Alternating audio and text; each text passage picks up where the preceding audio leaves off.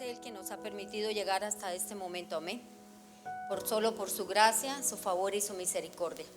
Les bendigo en esta noche a cada una de las Hannah que están en esta noche en este lugar. Bendecimos la Hannah Junior, mis preferidas. Las bendigo porque sé que ellas están aquí cada vez que está Hannah y sabe que es lo más maravilloso, que ellas están preparándose para lo que nosotras ya hemos vivido por muchos años. Y qué bueno que ellas puedan aprender más de lo que nosotras aprendimos y puedan tener mejores años que nosotros. Amén. Así es que les bendigo a todas las Hannah Junior que están en esta noche también en este lugar. Muy bien. Bueno, me han encomendado un tema que traté de sacar solo y condensar solamente una parte de él, porque llevamos aproximadamente 6 meses estudiando este tema. Y es realmente tan bello, no me canso, cada vez encuentro más de la palabra, del tema de la mayordomía. Y vamos a estudiar una partecita en esta noche de todo de lo que la palabra nos muestra, porque lo que más me encanta de este tema es ver cómo el Señor nos enseña, y porque lo que vamos a estudiar y lo que vamos a ver, lo vamos a ver con la palabra misma, con el contexto de la palabra, para que entendamos que esto no es una administración positivista, como es lo que nos están mostrando en estos momentos, porque tenemos muchísimos coaches. Ustedes ven ahorita en las redes hablándonos de finanzas, hablándonos de prosperidad, aún en las mismas iglesias muchas veces, pero creo que lo más importante en esta noche es saber cómo la palabra del Señor nos quiere mostrar realmente cómo debemos ejercer la mayordomía de las bendiciones que el Señor nos da. Y quiero que partamos del concepto mismo de lo que es la mayordomía. Y dice que la mayordomía es la gestión, escúchenme en esto por favor, los que están tomando apuntes, es la gestión cuidadosa y responsable de algo confiado al cuidado de uno. Mayordomía es administrar lo que pertenece a otra persona, es gestionar cuidadosamente los recursos que alguien me ha encomendado. Eso es mayordomía. Cuando hablemos inicialmente, porque creo que es como lo más importante, es saber que cuando nosotros recibimos a nuestro Señor Jesús, cuando lo recibimos en nuestras vidas, lo recibimos a Él como el Salvador de nosotros, ¿cierto? Como el Señor, como el Rey, como el dueño de nuestras vidas. Pues yo quiero decirles que la palabra nos muestra en el libro de 1 Corintios capítulo 6 versículo 20, y yo les voy a estar leyendo para poder avanzar un poco acá más en el tema. Dice: porque habéis sido comprados por precio, glorificad pues a Dios en vuestro cuerpo y en vuestro espíritu, los cuales son de Dios. ¿Los cuales qué? Son de Dios. Cuando nosotros aceptamos al Señor Jesús, en realidad lo aceptamos como nuestro Salvador, pero Él ya era el Señor de nuestras vidas, ¿o no? Él era el dueño, siempre ha sido el dueño, siempre ha sido el dueño, desde la creación. Él ha sido el dueño de todo. Él fue el que creó la naturaleza y con ella creó el ser humano. ¿Quién es el dueño del ser humano? ¿Habrá alguien que pueda gobernar sobre su vida y decidir los días de su vida? No hay nadie, porque Él es el que decide, ¿cierto? El día de cada uno de nosotros. O sea que Él siempre ha sido el dueño y el Señor de nuestras vidas. Que no le reconozcamos como tal es diferente.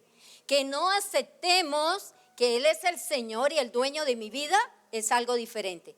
Pero Él es el Señor y siempre ha sido el Señor de la humanidad.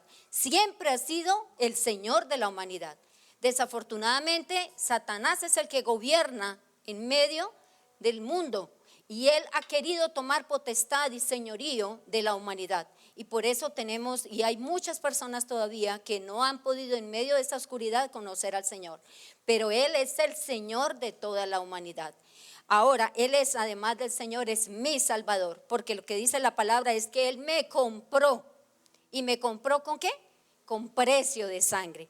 Por eso nos corresponde glorificarlo y exaltarlo a Él, porque todo, tanto mi cuerpo como mi espíritu, dice 1 Corintios también, todo mi ser, alma, cuerpo y espíritu glorifique el nombre del Señor, ¿cierto? Entonces, ¿qué es mío? Les pregunto en esta noche. ¿Qué es mío? ¿Hay algo que sea mío? Vamos a mirar Salmos 24:1 y vamos a ir desglosando entonces para poder mirar, bueno, entonces finalmente, entonces ¿yo qué soy? ¿Qué es lo que yo tengo realmente? Dice la palabra en el Salmo 24:1, de Jehová es la tierra y su plenitud, el mundo y los que en él habitan. ¿Cristianos o no cristianos? Todos. Por eso Él es el dueño de todo. Y no solamente habla del mundo, sino también de todos los que habitamos en el mundo. Entonces, ¿quién es el dueño real del ser humano? Es Dios, ¿verdad? Dice el Ageo capítulo 2, versículo 8. Mío es la plata y mío es el oro, dice Jehová de los ejércitos. ¿De quién es la riqueza que hay en el mundo? ¿De los más ricos? ¿De los que tienen los mejores carros? No, en cualquier momento pueden quebrar y quedar peor que nosotros, quizás en condiciones económicas peores, porque las personas que a veces uno cree que más tienen son los que más deudas tienen, son los que más están endeudados y son los que menos tienen, ¿cierto? Mío es el plata y mío es el oro. Y me encanta el Salmo 50, 10 y 11. Porque mía es toda bestia del campo y los millares de animales en los collados. Conozco a todas las aves de los montes y todo lo que se mueve en los campos me pertenece. Dígame, ¿cómo queda uno ante esta palabra? ¿Qué es mío finalmente? ¿Qué es tuyo? Su cuerpo, su espíritu, las aves, la naturaleza, el mundo, la humanidad. Nada es de nosotros. ¿De quién es? De Dios. Todo lo que se mueve en los campos me pertenece, dice el Señor. Muy bien. Quiero que veamos, no son los únicos, he mirado tanto este tema y aproximadamente los teólogos han dicho que los principios de la mayordomía generalmente podrían llegar a ser 10, 12 principios. Yo en esta noche me quiero, por el enfoque que le voy a dar a la enseñanza, me voy a detener solamente en 2 principios. Y el primer principio sobre el cual me quiero detener en esta noche es sobre el principio de la generosidad. Yo creo que todos nos sabemos el versículo de Juan 3:16, ¿cierto? Porque de tal manera amó Dios al mundo que ¿qué? Que ha dado a su Hijo unigénito para que todo en él que en él crea no se pierda, mas tenga vida eterna. ¿Hay generosidad en este texto de la palabra? ¿Quién es el primero en mostrar la generosidad? Es Dios mismo, que ha dado ¿a quién? A su único Hijo. ¿Por amor a quién? Por amor a cada uno de nosotros. ¿Hay algo que tenga mayor precio que la vida de Jesucristo cuando Él la entregó por nosotros? ¿Quién ha dado más entonces por nosotros? Dios. Es el Dios, la muestra más grande de generosidad. Por eso, uno de los principios de la mayordomía es esa generosidad. Porque yo no puedo pensar entonces en tener un corazón egoísta, egocéntrico, donde yo soy el que tengo y yo soy el que mando y eso lo he ganado yo y eso lo tengo yo y yo, sabiendo que realmente lo que tú tienes es realmente por la misericordia y la generosidad que Dios nos ha encomendado. Me encanta también 2 Corintios 9:7, dice cada uno de como propuso en su corazón, no con tristeza ni por necesidad, porque Dios ama al dador alegre. Entonces es el principio de que Él dio, Él nos mostró, Él entregó, pero que yo también tengo que, también tengo que dar. ¿Tengo el modelo? Claro que sí. ¿Tengo el ejemplo? El regalo más grande y la generosidad más preciosa, que es la misma vida de Jesucristo en cada uno de nosotros. Entonces, esos 2 principios, el principio de la propiedad que acabamos de ver, donde realmente nada nos corresponde, nada nos pertenece, y el principio de la generosidad, realmente me parece supremamente importante que tú lo tengas en cuenta para poder entrar a mirar solamente uno de las áreas donde nosotros ejercemos mayordomía. ¿En qué áreas yo debo ejercer mayordomía? A ver, ¿qué me dicen ustedes? ¿Cuáles áreas es en las cuales debo ejercer esa administración, ese cuidado de lo que Dios me ha entregado? Sabiendo que la propiedad le corresponde a Él y que Él es el Dios que por generosidad me entrega para que yo administre los recursos de Él. ¿En qué área nosotros ejercemos mayordomía? En las finanzas. Casi siempre que hablamos de mayordomía pensamos en finanzas, ¿verdad? Y fíjese que estaba estudiando, he estudiado en varias áreas este tema y quizás es la que más se menciona, pero hay muchas áreas más donde nosotros ejercemos mayordomía. El tiempo es un área muy importante y yo creo que valdría la pena en otro momento y en otra oportunidad estudiar esta área de tiempo. ¿En qué otra área? En la familia. ¿Daremos cuenta a Dios algún día de la familia que Él nos ha entregado? Como madres, ¿daremos cuenta de nuestros hijos? ¿Como padres darán cuenta de su casa, de sus hijos, de su esposa? Claro que sí. Daremos cuenta a Dios un día de esa familia que Dios nos ha entregado en nuestras manos. ¿De qué más? En el área espiritual tendremos que ejercer mayordomía o no. ¿Qué nos entrega Él en nuestra área espiritual? Dones, ¿qué más? Talentos, ¿qué más? Ministerios. Imagínense en cuántas áreas entonces nosotros ejercemos mayordomía.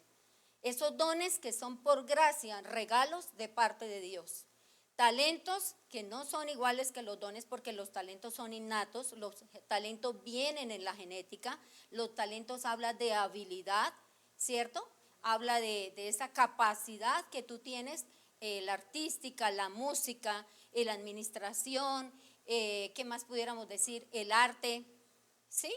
El líder, eso viene, uno ve, yo me sorprendo mucho cuando veo a veces al niño de Eleazar y lo escucho hablar y yo digo, oiga, trae todo eso en la sangre, decía yo ayer a él ayer. Papi, tienes que explorar más eso porque tú eres un gran líder y vas a ser un gran líder, pero es un talento que Dios le ha entregado. ¿Quién tiene que ejercer mayordomía sobre los talentos de nuestros hijos? Los padres. Yo les decía a ellos ayer, ¿qué les gusta hacer? Y les preguntaba a los niños, ay, es que a mí me encanta el piano, a mí me encanta cantar, a mí me encanta el fútbol, a mí me encanta una cosa. Y yo le decía, hable con papá y mamá, porque nosotros somos los encargados de hacer y desarrollar ese talento que ellos tienen. Todos los talentos necesitan ser desarrollados, todos los talentos necesitan ser estudiados, ser preparados. Todos los talentos. Yo les decía a ellos, ¿ustedes creen que Marcos Witt, él a los 13 años tocó su primer disco, su primera canción, pero usted cree que sus papás no trabajaron y no lo prepararon a él cuánto tiempo? Muchísimo tiempo. Entonces nosotros como mamás, que a veces somos los que somos las que estamos más con nuestros hijos, a veces nos dormimos en esa parte. Y como tenemos mayordomía sobre ellos, pues ¿qué tengo que hacer? También explorar esos dones, explorar esos talentos y poder desarrollar esos talentos en la vida de ellos. Hoy me decía mi hijo, hablábamos algo de él, de su trabajo, y él me decía, mamá, es que no puedo, el deporte me hace falta, yo siento que como que me falta el aire si yo no hago deporte en la semana. Y yo le decía, pues claro, hijo, tú a los 6 meses ya estabas en natación. Es algo que se te inculcó desde muy chiquitico, siempre, toda la vida ha estado en una cosa y en otra, pero puede ser que tenga que sienta la necesidad, pero se va a quedar solo sentado en una silla diciendo, es que a mí me gusta el deporte. No, tiene que desarrollarlo, tiene que hacerlo. Y cuando están pequeños, nosotros somos entonces como mamás, tenemos que ejercer la mayordomía en esos talentos que el Señor le ha entregado a nuestros hijos. Amén. Muy bien. En esas 4 áreas que hemos visto, la mayordomía en el tiempo, en los talentos, en los dones, en el área espiritual, en la familia y en los recursos. Quiero detenerme esta noche un poco en el tema de los recursos. Y vamos a mirar entonces, quiero que por favor vaya conmigo a Deuteronomio capítulo 8, versículo 11 y hasta el versículo 18. Yo les voy a leer solamente una parte, Deuteronomio 8, 11. Y como vamos a centrarnos en esa mayordomía de los recursos, como decía la pastora Olivia, las finanzas, que es lo que más suena y que es lo que más ahorita estamos escuchando en todas las redes de los coach, todos los coach financieros y todo lo que ellos están hablando ahorita. Pues quiero que miremos esta noche eso porque me encanta mirar el principio de la palabra sobre lo que el Señor nos muestra acerca de nuestras finanzas. Y voy a leerles en esta versión que yo tengo acá, me gusta sacar de muchas versiones para entender mejor la palabra. Y dice, cuídate de no olvidarte de Jehová tu Dios, para cumplir sus mandamientos, sus decretos y sus estatutos que yo te ordeno hoy. No suceda que comas y te sacies, y edifique buenas casas en las que habites, y tus vacas y tus ovejas se aumenten, y la plata y el oro se te multipliquen, y todo lo que tuvieres se aumente, y se enorgullezca tu corazón, y te olvides de Jehová tu Dios, que te sacó de la tierra de Egipto, de casa de servidumbre, de la esclavitud. Y digas en tu corazón, ¿qué dice entonces en su corazón aquel orgulloso y altivo que ha logrado tantas riquezas? Mi poder y la fuerza de mi mano me han traído esta riqueza. Qué terrible, ¿cierto? Sino acuérdate de Jehová tu Dios, porque Él te da el poder para hacer las riquezas, qué bello, a fin de confirmar su pacto que juró a sus padres como en ese día. ¿Cuál debe ser mi actitud ante los bienes, ante las riquezas, ante las bendiciones que el Señor me da? Un corazón humilde, un corazón sencillo, un corazón que reconozca cada día que lo que tenemos, sea mucho o sea poco, lo tenemos por la gracia, el favor y la misericordia del Señor. Amén. Lo tenemos porque a Él le ha placido entregárnoslo, solamente por eso, no por nada más. ¿Cómo puedo ver entonces que Dios entrega muchas veces riquezas a personas en las cuales que yo he escuchado muchas personas hablando esto y diciendo, ¿cómo es que el Señor bendice más a los incrédulos que a los cristianos? ¿Cómo es que nosotros, no se ha hecho esa pregunta? ¿Cómo es que yo veo que hay gente tan rica y tan bendecida y nosotros que somos los hijos de Dios, cómo es que no tenemos esas riquezas? Pues la palabra también nos dice que a cada uno de nosotros nos ha sido entregada la riqueza de parte de Dios por la capacidad que cada uno de nosotros tenemos para administrarlas. Yo creo que nosotros como papás o como padres no entregamos a un hijo pequeño, no le va a entregar un paquete de $1.000.000 en sus manos para que él juegue, por decir solo un ejemplo. Cada uno le vamos entregando de acuerdo a ¿qué? A su capacidad. Y es algo maravilloso que nosotros vemos en los evangelios, en el evangelio de Mateo, cuando vemos la parábola en otra versión dice la parábola de las moneditas de oro. Y me encanta porque leyendo esta porción de la palabra, encontramos que en Mateo 25, para los que están tomando nota, Mateo 25, el versículo 14 al 30, para que tú la puedas leer, y dice el versículo 15, a uno dio 5 talentos, estos talentos no estamos hablando de los talentos espirituales, ¿cierto? Estamos hablando de monedas, dice en otra versión de dinero, ¿sí? Porque dice, inclusive dice en otra versión monedas de oro. A uno le dio 5,000 monedas de oro, a otro le dio 2,000 y a otro le dio 1,000 monedas de oro, dice otra versión. A cada uno conforme su capacidad. Nosotros sabemos por la parábola, y era la forma como Jesús les enseñaba a sus discípulos, que al que tuvo 5,000, ¿qué pasó? Lo multiplicó y le entregó a su amo cuando él volvió otros 5,000. El que recibió 2,000, volvió e hizo lo mismo, también lo multiplicó. Pero ¿qué pasó con el que le entregó 1,000? Dice, tuvo miedo porque sabía que tú eres un señor rudo, fuerte, y me dio mucho miedo y cogí y lo enterré. Y preferí eso, pero aquí los tienes, Señor. ¿Y qué hizo el Señor cuando él le entregó ese dinero? ¿A quién se lo entregó? ¿Al de los 2,000 o al de los 5,000? Pero pues si es que el de 2,000 también lo dobló, ¿no te has puesto a pensar en eso? El de 5,000 tenía más capacidad. Entonces, uno de los principios por el cual Dios en la mayordomía y en su generosidad nos entrega a nosotros es por la capacidad que nosotros tenemos para administrar los recursos que le pertenecen al Señor. Muy bien, quiero que vayamos por favor al libro de Proverbios, capítulo 24, versículo 27. Y tengo que leerles muchas citas porque es que quiero que veamos el principio de la palabra en esta noche. ¿Cuál es el principio real sobre el dinero?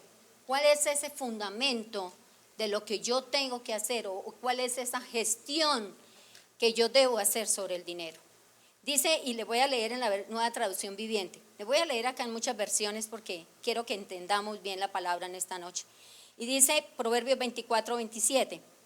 Antes de construir tu casa, haz tus planes y prepara los campos. ¿Cuál es el principio entonces sobre el dinero? Si dice antes, ahí no está diciendo cuando estés construyendo tu casa, ¿qué dice? Antes, ¿qué debe hacer? Planear, exacto, planear lo que tú vas a hacer. Y planear implica muchas cosas, porque para yo hacer una planeación adecuada, yo tengo que establecer prioridades sobre el dinero. Muchas veces, en muchas oportunidades, he escuchado personas que están muy preocupadas por no tener su propia casa. Y inclusive ha sido hasta tema de discusión en las parejas, porque muchas veces nos dicen, pastora, pero ella me pelea por la casa y ella quiere la casa, y no es que la casa esté mal, pero muchas veces una casa no me va a generar los recursos que sí me puede generar un negocio que me puede bendecir para luego comprar una casa. Por ejemplo, si yo puedo mejor invertir el capital que tengo, la semilla que tengo y la puedo invertir en un dinero que me puede generar esos recursos, de seguro que puede ser una mejor opción. En nuestro caso, cuando mi madre quedó solita, nosotros vendimos, la forzamos y la animamos para que ella vendiera un apartamentico que tenía. Y para ella fue muy duro, porque mamá nunca, gracias a Dios, tuvo la bendición de vivir siempre en un lugar propio. Y entonces para ella fue terrible empezar a pagar su arriendo. Pero nosotros empezamos a planear y a revisar las finanzas de nuestra casa y nosotros queríamos que mamá tuviera todas las comodidades posibles para vivir sus últimos años bien. Y ante eso se compraron unos carros que gracias a Dios fueron de mucha bendición, unos taxis, y mi hermano menor le administraba ese negocio a ella. Y ella recibía mensualmente su mesada y lo que correspondía, pero hasta el último instante de sus días, 2 días antes de morir que me senté con ella, yo ya estaba gestionando en los bancos un crédito, porque mamá insistía cada vez que me veía y decía, mija, ¿no será que entre las dos podemos comprar otra vez un apartamento para mí? Y eso a mí yo decía, ay Señor, que mamá tenga en sus últimos días un apartamento para ella. Y le decíamos, mira madre, es que tú tienes algo que le está rentando y que le da una mejor condición de vida, que le va a generar algo más. Pero ella en su corazón insistía con que ella quería era tener su propio apartamento. Y yo sé que muchas personas y con muchas veces hacemos eso. Tenemos que ser muy buenos planeadores de las administraciones, o muy buenos administradores o muy buenos mayordomos, planeando muy bien. Si muchas veces no tenemos la capacidad y el conocimiento para hacerlo, debemos buscar ayuda en las personas que nos pueden orientar sobre los negocios, sobre las empresas. Entonces, ninguna forma hay de administrar el dinero si yo no hago antes o después. ¿Para qué sirve hacerla después? Para lamentar, ¿cierto? Me metí, me endeudé más de lo que era. ¿Cuántos han construido casa acá? Bueno, ¿y qué ha pasado cuando construimos una casa? Todos hacemos unos planos, ¿cierto? Que unos planos del ingeniero, que los planes del arquitecto, que los planes… Yo ya aprendí algo con la construcción que hicimos de nuestra casa, que los estructurales, que los planes hidráulicos, que los eléctricos, que los planes del gas, bueno, todos los planos que hay que hacer. Y uno hace un presupuesto y el arquitecto le dice, bueno, nos dijeron a nosotros ahí sentados, recuerdo tanto un sábado y casi nos desmayamos, es que el metro cuadrado está tanto y usted va a necesitar tanta plata. Entonces le dijimos al arquitecto de una, quítele de un piso y hágalo de una sola. y empezamos a mover todo lo que él había diseñado. Realmente quiero decirles que no quedó absolutamente nada de lo que él nos había mostrado en esos planos. ¿Qué hubiera pasado si nosotros hubiéramos dicho, no, es que no, yo la quiero 2 pisos y me meto en el tema de los 2 pisos y sigo con la construcción de los 2 pisos? Quizá tuviéramos allá la casa todavía de 2 pisos, un piso por allá abandonado donde nadie vive porque solo vivimos 3, y quizás la casa por ahí, quién sabe en qué tanto, en qué porcentaje de terminarlo. Concluimos con mi hijo, él nos sentó y nos hizo razonar. Claro, en su tema de ingeniería podía haber muchas más cosas que nosotros como papá no podíamos ver. Y él terminó cambiando el proyecto al 200, o sea, no fue absolutamente nada de lo que el arquitecto inicialmente nos hizo. Entonces, por eso es que es tan importante, ¿qué dice la palabra? Antes haga un plan, una buena planeación de la inversión que tú quieres o de lo que tú quieres hacer. Muy bien. ¿Qué más dice la palabra del Señor? Y yo quiero que vayamos por favor a Lucas capítulo 14, 28, 20. Hoy los estoy recorriendo bastante en la palabra porque a eso venimos, a estudiar la palabra. Y dice Lucas 14, 28, 20. Escuchen esto, por favor. Supongamos que uno de ustedes quiere construir una torre. ¿No se sienta primero a calcular el costo? Pues si tiene suficiente dinero para terminarla, si echa los cimientos y no es capaz de terminarla, todos los que la vean comenzarán a burlarse de usted diciendo, esa persona comenzó a edificar y no pudo terminar. ¿Qué pasa cuando no hay una buena planeación o cuando no hay una planeación? Las cosas quedan a medias. ¿Las puedo disfrutar? No voy a poderlas disfrutar. ¿Por qué? Porque no fui sabia en hacer lo que tenía que hacer con tiempo. Esa palabra torre, ¿cómo se construye una torre? ¿Cómo se construye la torre? ¿Cuántos metros? La pastora Olivia, que ha estado también en construcción, la hermana Oliva también, ¿no? ¿Cuántos metros de la tierra hacia abajo tiene una torre? La casa de nosotros, 4 metros de profundidad en cimentación.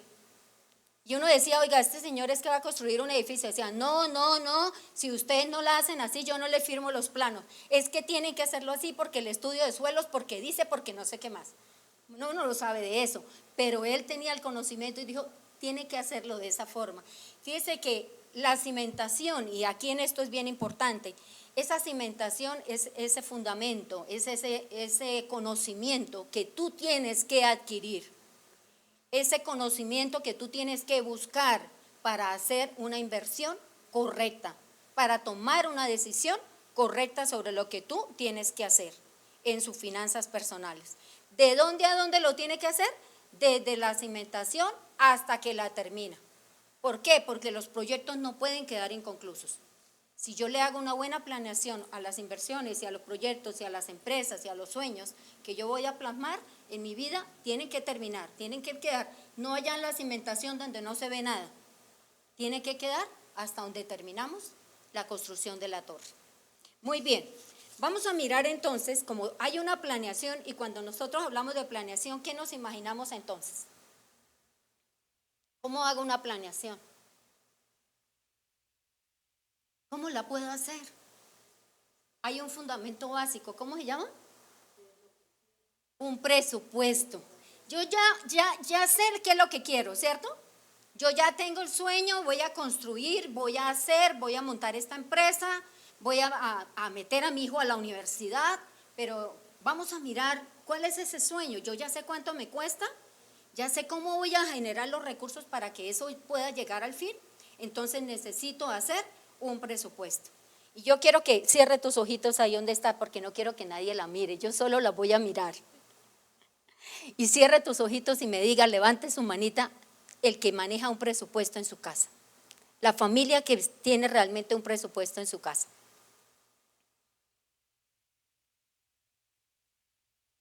¿Sabe cuántas manos hay?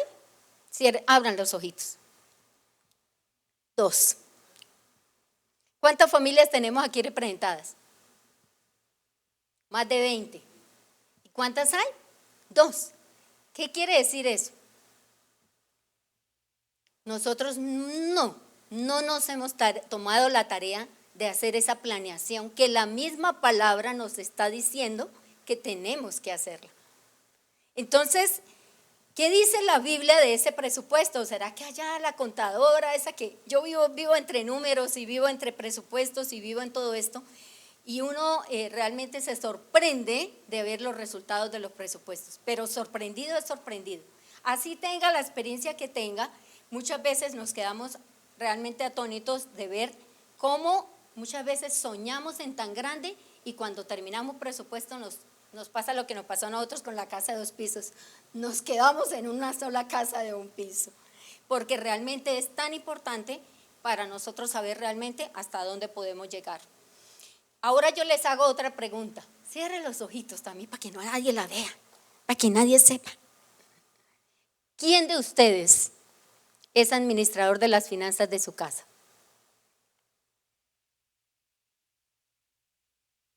¿A quiénes son las administradoras de esas finanzas que el Señor le da a su casa? 3. Muy bien. 3 personitas de las que tenemos acá. ¿Qué dice Proverbios 31:11? Y se lo voy a leer en esta versión de la Biblia de las Américas. Dice, en ella confía el corazón de su marido y no carecerá de ganancias. ¿Quién debiera ser la mejor administradora de la casa? En su mayoría de veces, ¿verdad? ¿Por qué? Porque ella, ¿cómo debe tener?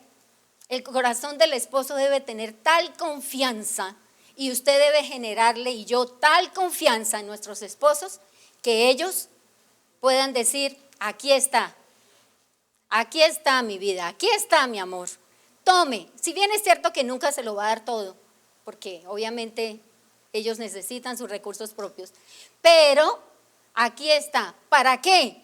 Para que usted ejerza la mayordomía de las finanzas de su casa. ¿Qué es lo que usted debe generarle a esas finanzas? Ganancias. Y si hay unas ganancias, ¿sabe de dónde se generan las ganancias? Las ganancias se generan de los ingresos y los gastos. ¿Y qué es mayor, los ingresos o los gastos? Tiene que haber más ingresos, ¿cierto? Para que pueda generar esa ganancia. Siempre, para que pueda haber ganancias, tiene que haber menos gastos. Aun cuando los ingresos sean pocos, los gastos tienen que ser menos que los ingresos. Entonces, fíjense que la mujer sabia que edifica su casa, que siempre dice, me encanta cuando dice, y cuando tienen frío, ahí tienen su abrigo, y cuando tienen hambre, ella prevé absolutamente todo. ¿Será una mujer que planea? ¿Será una mujer sabia para administrar sus finanzas? ¿Será una mujer prudente que el esposo tiene tal confianza para entregarle el manejo de sus dineros? ¿Qué me dicen? Yo he preguntado a mi esposo, a veces me canso y a veces le digo, yo ya no quiero manejar más esto porque hay momentos de situación de estrés, ¿verdad? De tensión, hay cosas que salen que uno no espera y uno dice, Dios mío, pero ¿cómo lo resuelvo? Y él me dice, tú sabes, y yo, Señor, ¿qué hago? Y le pregunto, bueno, ¿y tú por qué no lo haces? Y él me dice, si no hubiera frutos en lo que tú haces, yo no tampoco te entregaría el dinero que Dios me da. Y dígame, ¿cuál es mi responsabilidad? ¿Sabe por qué? Porque cuando tú entiendes el concepto de mayordomía, tú entiendes que no es el dinero de tu esposo, es el dinero de Dios. Y yo le decía a alguien hace unos pocos días, si tú fueras más consciente que lo que tú tienes en tu bolsillo le pertenece a Dios, ¿tú lo gastarías como lo gastas? ¿Tú lo derrocharías como lo haces? ¿Tú lo gastarías a la manera que muchas veces nos antoja? Yo creo que no. Porque sé que tengo que dar cuentas a Dios un día de eso que mi esposo me está entregando para mi casa. Y cada vez, aun cuando muchas veces, en su mayoría de nuestros casos, el caso particular nos consignan a nosotros las empresas, yo pongo mis manos en ese computador y yo digo, Señor, gracias por esta provisión, pero te pido que me des sabiduría para poder hacer con él lo que tengo que hacer. Porque yo tengo que generar ganancias en mi casa. Eso es lo que dice la palabra. Tengo que generar confianza en el corazón de mi esposo para poder administrar los recursos de nuestra casa. el salario de mi esposo y el salario de la esposa. Los intereses, si se tienen dineros prestados, si están generando ingresos para la casa. ¿Qué otros ingresos podemos tener? Los arrendamientos, ¿cierto? ¿Qué otros ingresos podemos tener? Las utilidades de una empresa que nosotros tengamos. Entonces, todos esos ingresos deben estar ahí en esa partecita, en ese encabezamiento de ese presupuesto. La palabra dice en Proverbios 22:7, el rico gobierna sobre los pobres, y el que toma prestado es siervo del que presta. El que toma prestado es siervo del que presta. Nosotros, como hijos de Dios, debemos al máximo evitar las deudas. ¿Qué dice de las deudas también la palabra del Señor? Que nosotros seamos los que ¿qué? Los que prestemos y no los que estemos prestando. Entonces, evitemos las deudas a toda costa. ¿Qué es lo que tengo que hacer acá? ¿Por qué está de segunda opción? Porque yo tengo que identificar cuáles son las deudas que tengo. Tengo que saber cuánto debo. Usted tiene que tener claro eso. Mes a mes, ¿cuánto es lo que yo estoy pagando? ¿Cuánto es lo que me está quedando? Ya casi voy a salir. ¿Cuánto me está quitando muchas veces esta bendita deuda? ¿Cuántos sueños me está quitando? Ahora, con respecto a las deudas, es muy importante lo siguiente. Si el recurso que tú vas a comprar, sobre el cual vas a tomar una deuda, te va a generar el ingreso o el sostenimiento para tu casa y no te va a dejar con una déficit, es importante que lo analices. Me explico. Si tú vas a comprar un carro, por ejemplo, un carro es una inversión buena, para mí no, honestamente se lo digo. Hemos tenido varios carros, con seguro, con SOAT, con seguros de todo riesgo, seguros y por todo, para sacarlo los domingos y venir a la iglesia, porque generalmente no lo usábamos para nada más. Eso pasaba con todos los carros, pero especialmente con el último, porque vivíamos aquí a 10 minutos de la iglesia. Es una inversión, pero tenía un propósito. Cuando nosotros adquirimos ese carro, lo hicimos inclusive con un crédito. ¿Y sabe por qué lo hicimos? Porque era nuestra semilla para la inversión de nuestra casa. Y siempre fue eso claro. Cuando vayamos a construir nuestra casa lo vendemos y será el capital semilla. Y así fue. O sea, teníamos claramente definido qué íbamos a hacer con la compra de ese vehículo. ¿Generó algo? No. ¿Generó intereses? Sí, en el momento se podía pagar.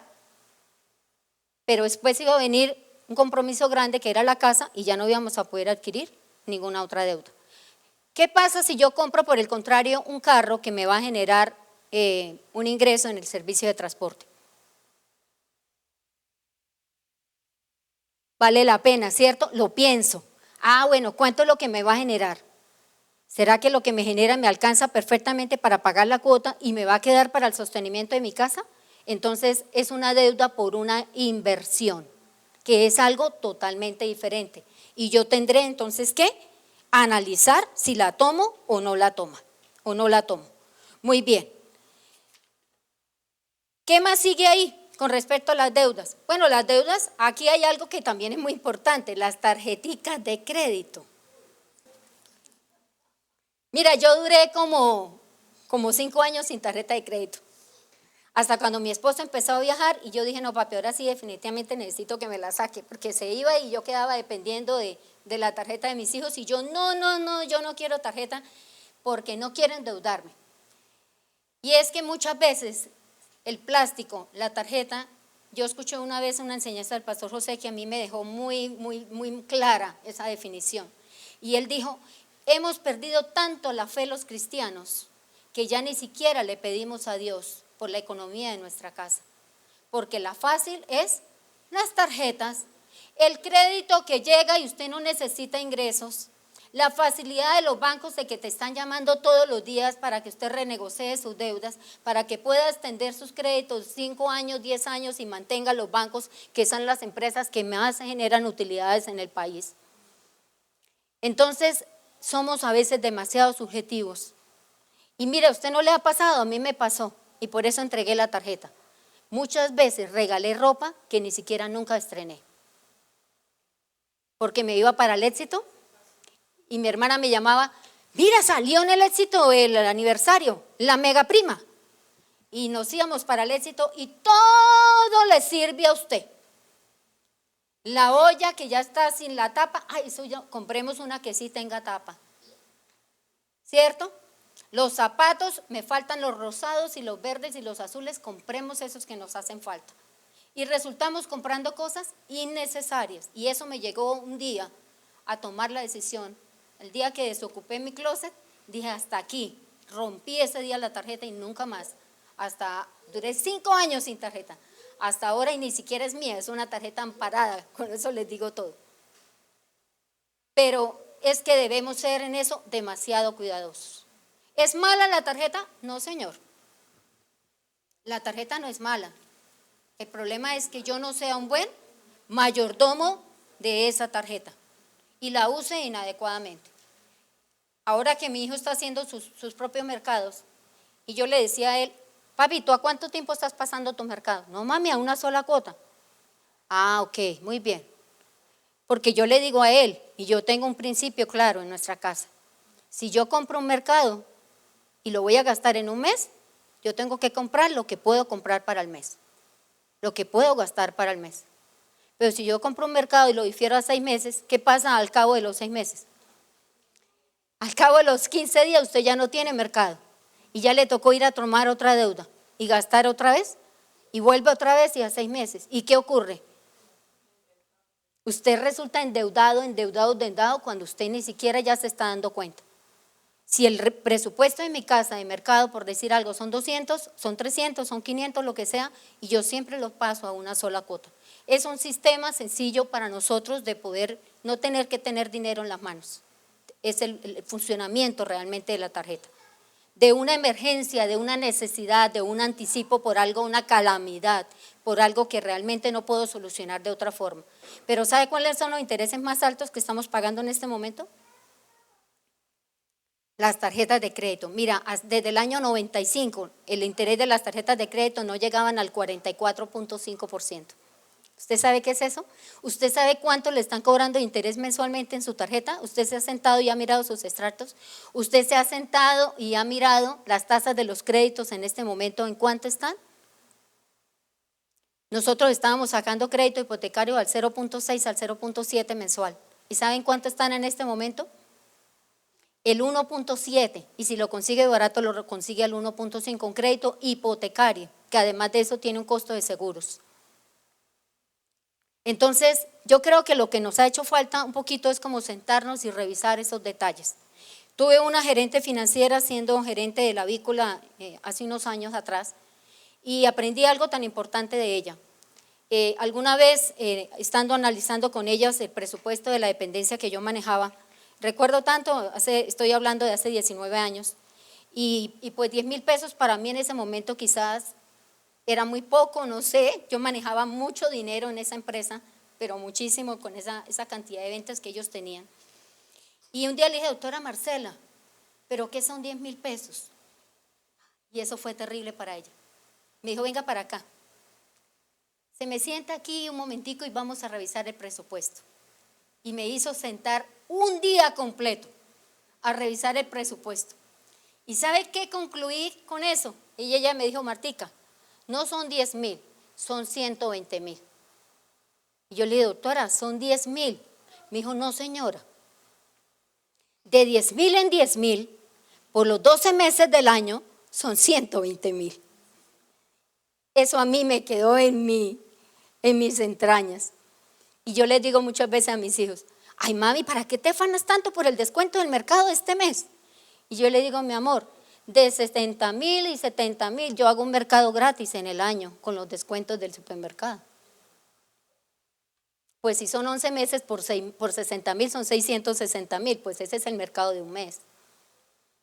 Pero si tú lo analizas de a 60,000, de a 40,000, de a 20,000, ¿tú qué dices? Eso es poquito, eso no es nada, ¿verdad? Pero analícelo de esa forma. Si usted tiene su presupuesto y usted va a mirar al final del presupuesto y usted dice, oiga, no puedo creer, gasté tanto, pero eran 20.000, pero eran 50.000. Es importante que nosotros revisemos tan minuciosamente ese presupuesto, aún en las cantidades más pequeñas. Muy bien, ¿qué más viene entonces? Los egresos. Con respecto a los egresos, yo sí les quiero dejar 3 tips muy importantes. En esos tres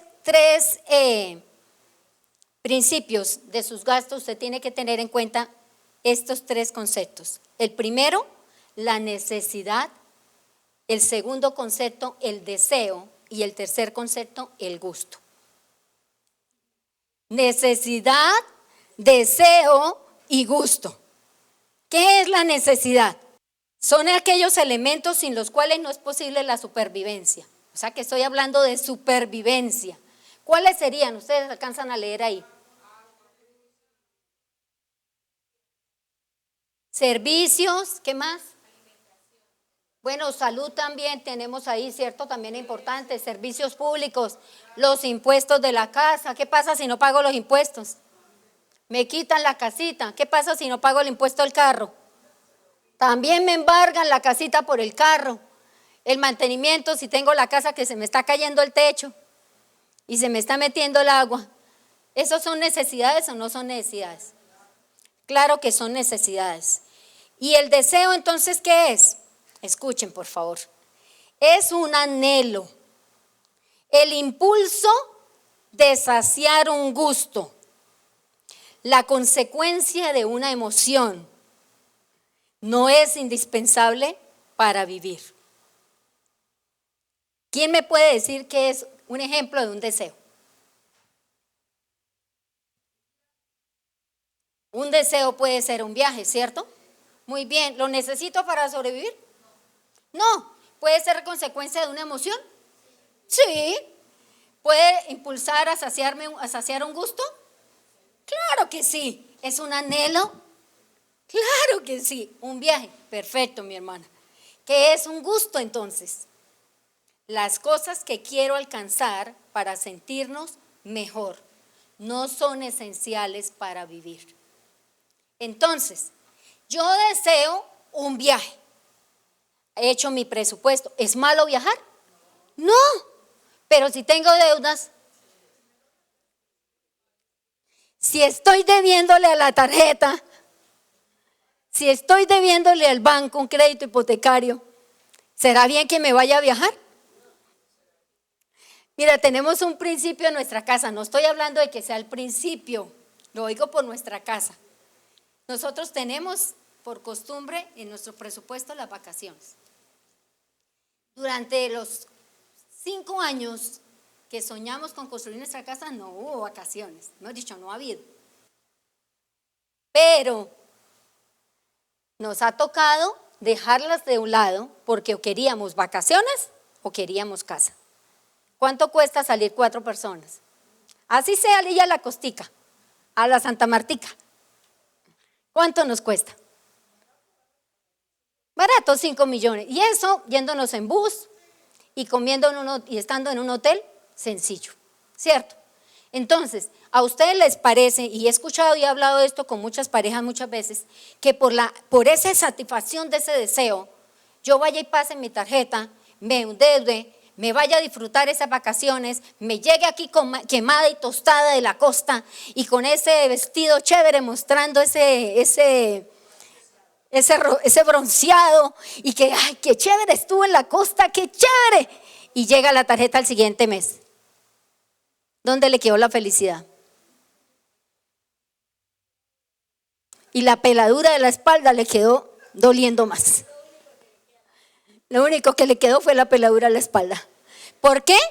Porque no hay un proyecto, una planeación correcta de mis vacaciones. Ahora, el gusto, si seguimos con el viaje, ¿el gusto qué es? Yo quiero viajar. Qué bien, qué chévere. Tengo 3 millones de presupuesto para las vacaciones de este año. Les hablo de cantidades sencillas, 3 millones. Pero no, es que este año yo no me quiero quedar en el país. Yo este año quiero ir a Cancún.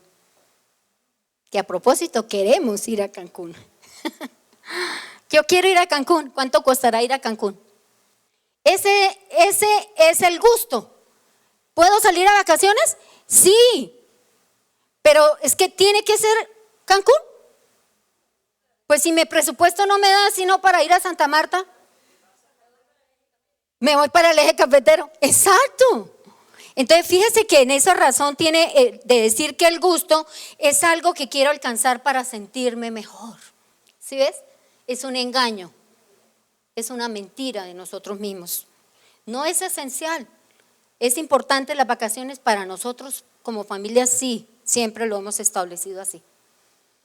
Pero si mi presupuesto no da, pues debo tomar también la decisión y decir qué es más importante. Primero pago mis deudas. Y yo les digo muchas veces a ellos que si nos vamos a vacaciones, tengamos que estar tranquilos y no podamos decir no me como esta hamburguesa porque me alcanza solo para una empanada. Eso no tiene sentido. Si son vacaciones, son vacaciones.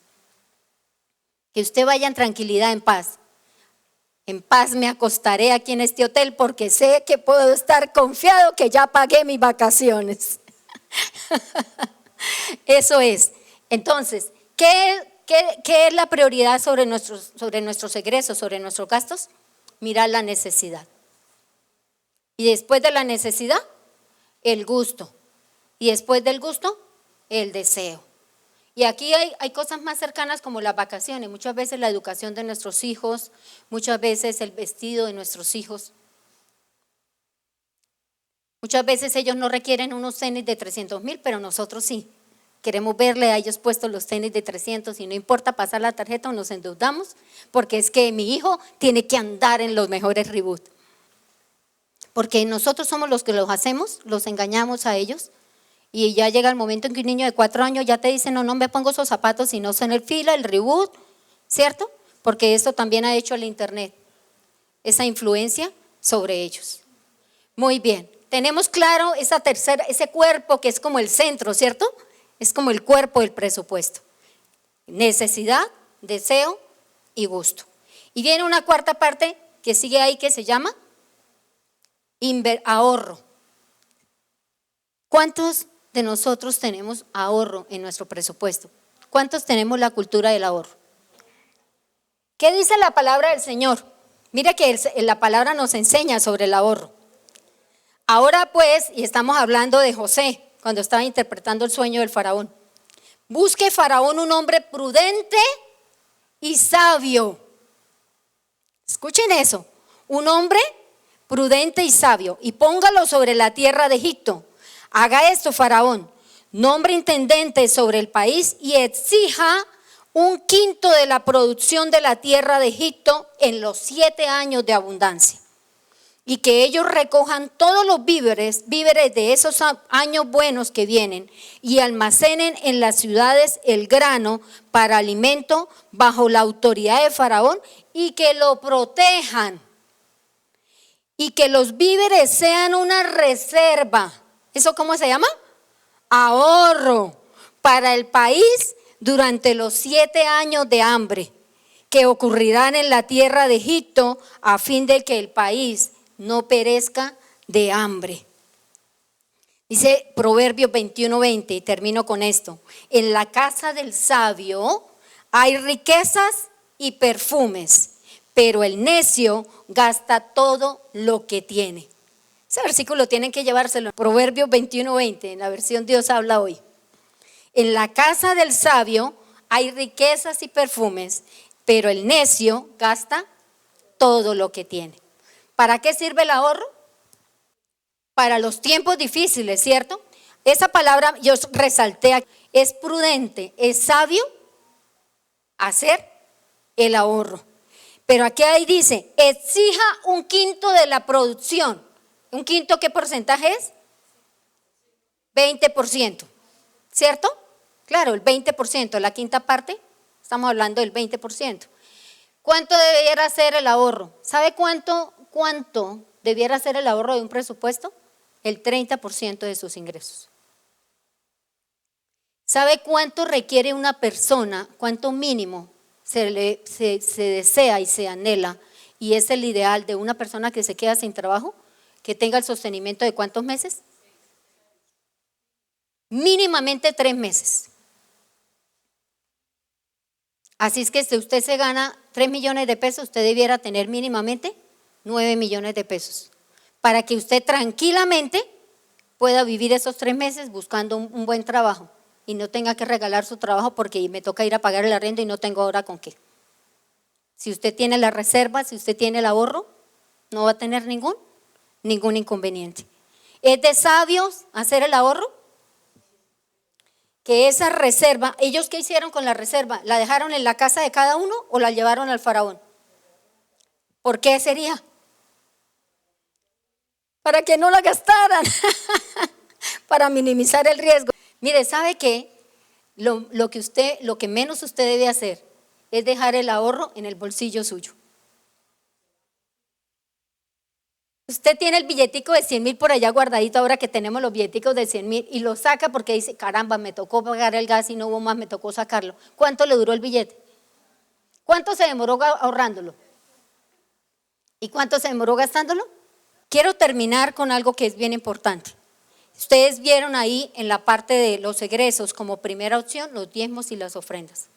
Y yo no puedo, seré irresponsable de mi parte, no decirles que Dios es el que nos ha dado todo y Él merece la honra de lo que Él te ha entregado a ti. Y en este tiempo hay muchos pastores, inclusive muchas iglesias, hablando de que el tiempo de los diezmos se acabó. Y yo les pregunto, ¿el tiempo de la provisión de Dios se acabó? ¿La generosidad de Dios se acabó?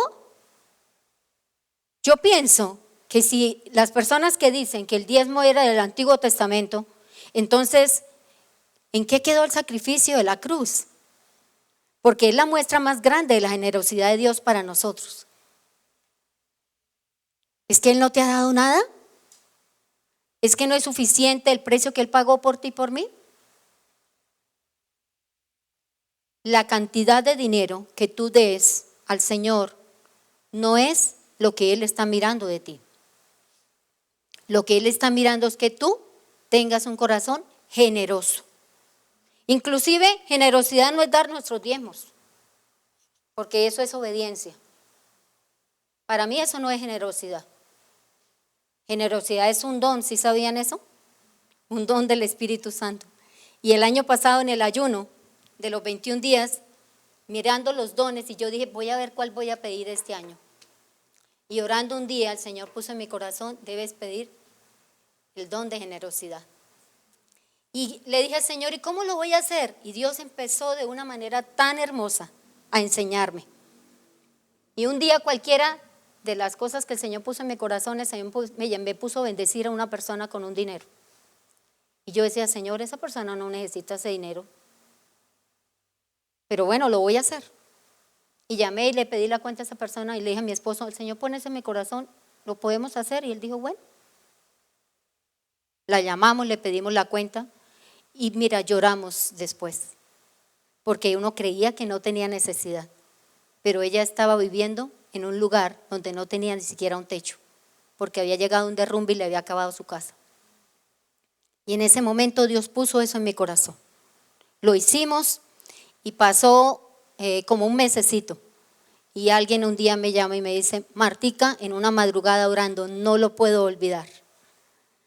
En una madrugada orando, como a las 3 de la mañana, el Señor me levantó y estaba haciendo mi oración. Y a esa hora me llegó ese mensaje. El Señor ha puesto en mi corazón bendecirte con esta semilla. Y yo no te puedo decir cuántas veces el Señor multiplicó las bendiciones de lo que nosotros pudimos hacer. ¿Sabe qué le he dicho a mi esposo? Es el mejor negocio que nosotros podemos tener. ¿Sabe por qué? Porque Él no es deudor de nada ni de nadie. Él no se queda con lo que no, con lo que quiera, con lo que nosotros muchas veces nos quedamos. Y yo les invito en esta noche, mujeres, ustedes que tienen la mayordomía de su casa, les he enseñado muchas veces a otras mujeres, pero es que mi esposo solo me da 20,000 y yo le dije, yo aprendí de mi mamá, que ella, cuando mi padre le daba lo del mercado, que recuerdo lo último que él le daba eran 7,000 pesos. Ella tenía una alcancía, nunca mamá faltaron sus alcancías, a todos nos enseñó a trabajar con alcancías, a ahorrar con alcancías. y ella tenía en la puerta de la ventana de la cocina esa alcancía. ¿Sabe qué hacía? Antes de irse a ese mercado, ella sacaba lo del diezmo.